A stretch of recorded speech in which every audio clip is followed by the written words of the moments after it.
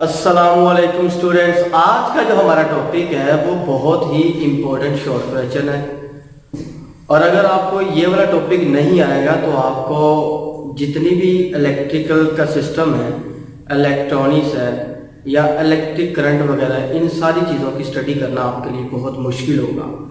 तो टॉपिक का नेम है रियोस्टेट।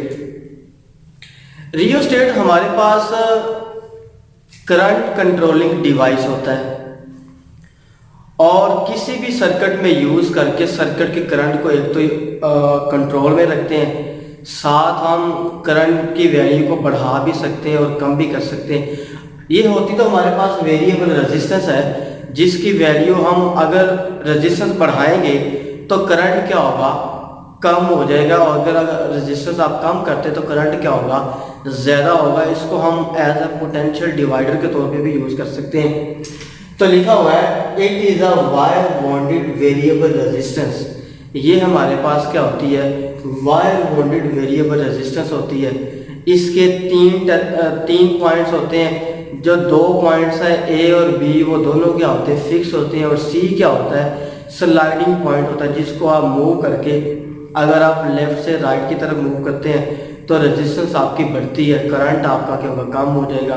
और अगर आप राइट से लेफ्ट मूव करते हैं तो रेजिस्टेंस आपकी कम हो जाती है और करंट का होता है आपका बढ़ जाता है। तो इसको हम रियोस्टेट, मैंने बता दिया आपको, ये वायर बॉन्डेड वेरिएबल रेजिस्टेंस है।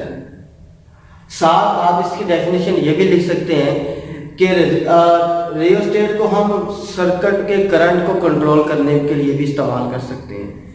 और इसकी कंस्ट्रक्शन की बात करें, it consist of a bar magnetic wire on an insulating cylinder. ये हमारे पास एक सिलेंडर है, इंसुलेटिंग सिलेंडर है।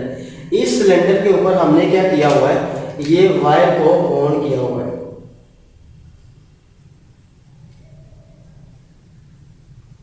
अब इस सिलेंडर के ए और बी दोनों क्या हैं, ये फिक्स पॉइंट है। The end of a wire connected with two terminal A and B. जब भी हमने इस रियोस्टेट को यूज करना है सर्किट में, तो एक टर्मिनल इसका ये है और दूसरा टर्मिनल ये है। एक वायर को इस ए से कनेक्ट कर देंगे, दूसरी को बी से कनेक्ट कर देंगे।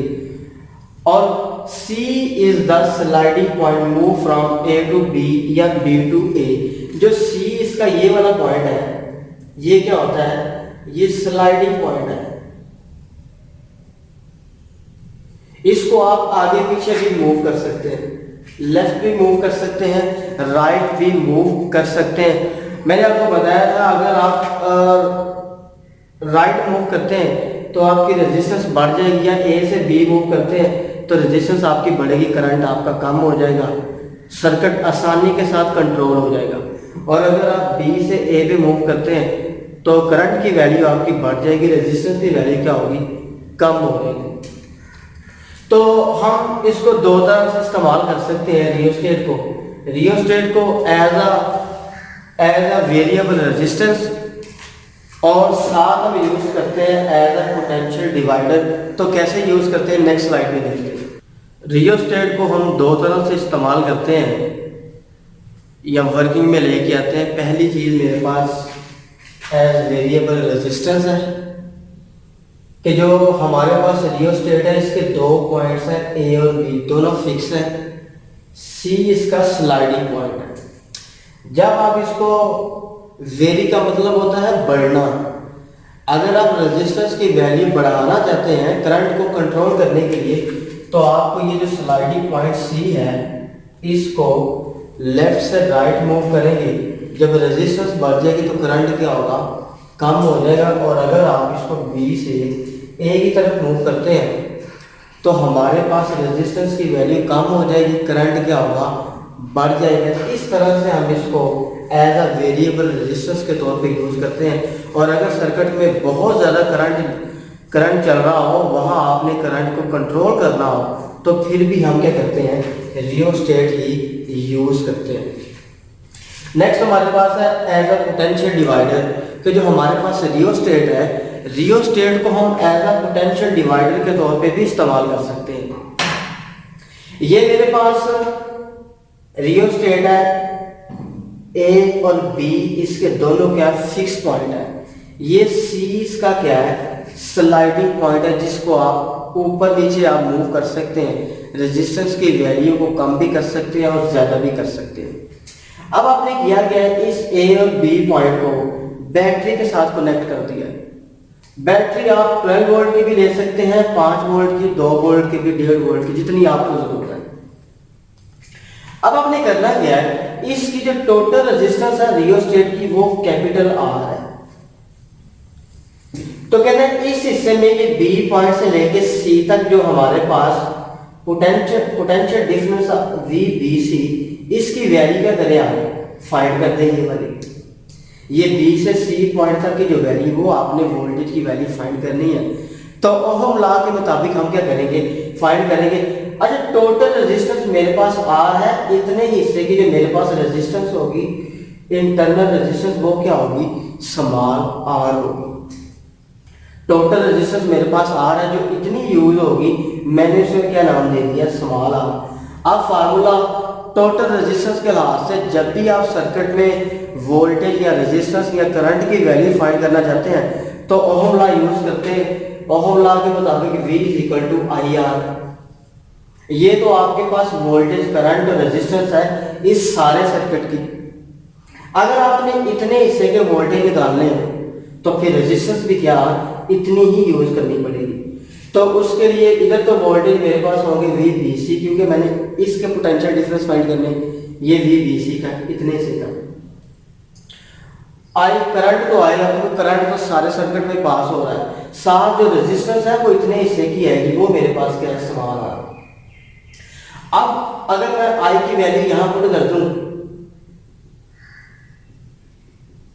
ये 8 मल्टीप्लाई इधर आ गया, आई की वैल्यू निकल आई, इसको इस इक्वेशन में पुट कर देते हैं, आई की वैल्यू पुट कर दें।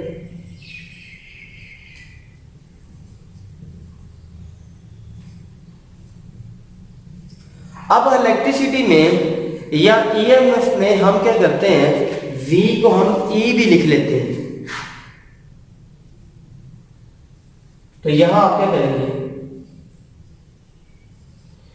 तो ये आपने इतने हिस्से के जो वोल्टेज थे जो इस सर्किट में यूज हो रहे थे, उनको आपने क्या किया, फाइंड कर लिया।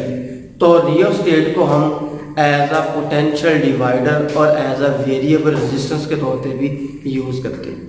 अस्सलाम वालेकुम स्टूडेंट्स, आज का जो हमारा टॉपिक है वो भी शॉर्ट क्वेश्चन है और वो बहुत ही इंपॉर्टेंट है।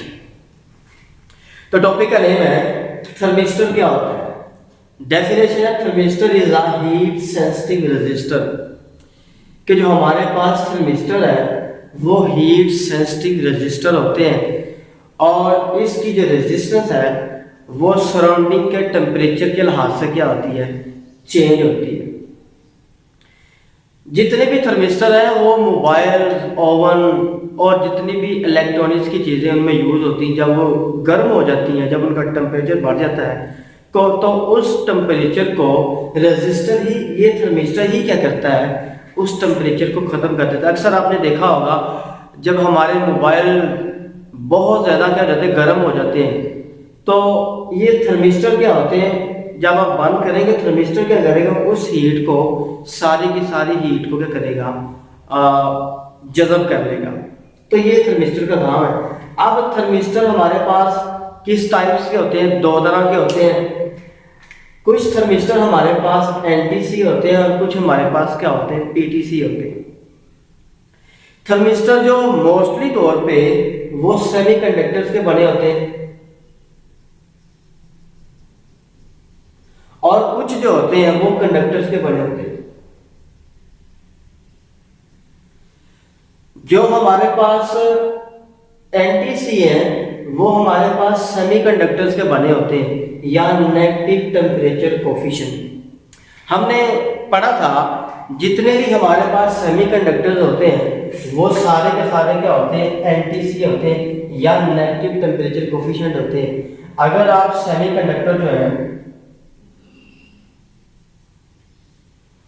अगर आप सेमीकंडक्टर्स का टेम्परेचर बढ़ाएंगे, इनकी रेजिस्टिविटी क्या हो जाती है, कम हो जाती है, और इनकी जो कंडक्टिविटी है वो क्या हो जाएगी, इंक्रीज हो जाएगी। जबकि अगर हम बात करें कंडक्टर्स की, जो हमारे पास पीटीसी थर्मिस्टर होते हैं वो होते हैं पॉजिटिव टेम्परेचर कोफिशिएंट। अगर आप कंडक्टर जो है, अगर आप कंडक्टर का टेम्परेचर बढ़ाते हैं तो इनकी जो रेजिस्टिविटी है या जो रेजिस्टेंस है वो क्या हो जाती है, बढ़ जाती है, और इनकी कंडक्टिविटी क्या होगी, कम हो जाएगी। तो आपको ये एनटीसी और पीटीसी जो हमारे पास थर्मिस्टर है इनके बारे में आपको इंफॉर्मेशन मिलेगी। अब हमारे पास थर्मिस्टर शेप के लिहाज से बेशुमार तरह के होते हैं। चंद की शेप मैंने बनाई है, जैसे beads, rod, washer, disc, probe, etcetera, या डिस्क भी आप कह सकते हैं। तो डिस्क की डायग्राम भी आपके सामने है, रॉड की भी है, वॉशर की भी है। तो इस तरह से हम नेक्स्ट स्लाइड में इसके यूजेस को देखते हैं। बात करेंगे यूजेस ऑफ थर्मिस्टर की, बहुत इंपॉर्टेंट है, अक्सर पेपर में आ जाते हैं और एमसीक्यूज भी इसमें मौजूद है। High negative temperature coefficient thermistor are used to measure low temperature. जो हाई टेम्परेचर थर्मिस्टर है उनसे हम क्या करते हैं, आसानी के साथ लो टेम्परेचर जो थर्मिस्टर का होता है उसको हम फाइंड कर लेते हैं। जैसे कि 10 केल्विन तक हम आसानी के साथ टेम्परेचर को मेजर कर सकते हैं। नेक्स्ट है there are use to measure and control the temperature in oven. हम आसानी के साथ जो ओवन जिसमें हम अपना खाना गर्म कर सकते हैं, किसी भी चीज़ को बना भी सकते हैं, उसका जो टेम्परेचर है उसको कंट्रोल भी कर सकते हैं, और साथ हम मेजर भी कर सकते हैं कि कितना टेम्परेचर इसमें से पास हो रहा है।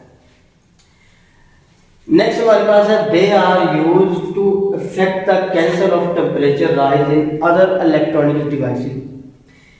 थर्मिस्टर जो है, जितने भी हमारे पास इलेक्ट्रॉनिक डिवाइसेस हैं, मोबाइल है, फ्रिज है, टीवी है, जो भी चीज़ें हैं, वो जब हीट अप हो जाती हैं तो उनका टेम्परेचर जो है उसके इफेक्ट को कंट्रोल करने के लिए भी हम थर्मिस्टर को यूज़ करते हैं।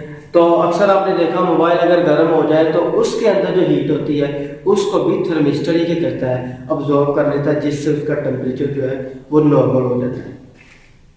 नेक्स्ट है they are use as heat sensor in alarm. जो हमारे पास अलार्म होते हैं वो उनमें किस तरह का काम करता है, हीट सेंसर का काम करता है।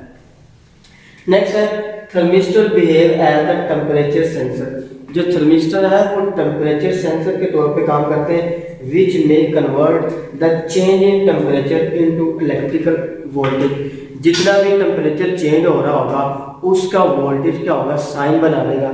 जैसे अगर टेम्परेचर मिसाल के तौर पे 10 केल्विन चेंज हुआ है तो उसका वोल्टेज का साइन ये बन जाएगा, और अगर ज़्यादा चेंज हुआ है तो उसके वोल्टेज का साइन क्या होगा, ज़्यादा बड़ा होगा, और ये आपको जो डिवाइस देगा उसका नाम है थर्मिस्टर। तो ये इसके यूजेस है, बहुत इंपॉर्टेंट है और पेपर के लिहाज से भी बहुत अक्सर आ जाते हैं।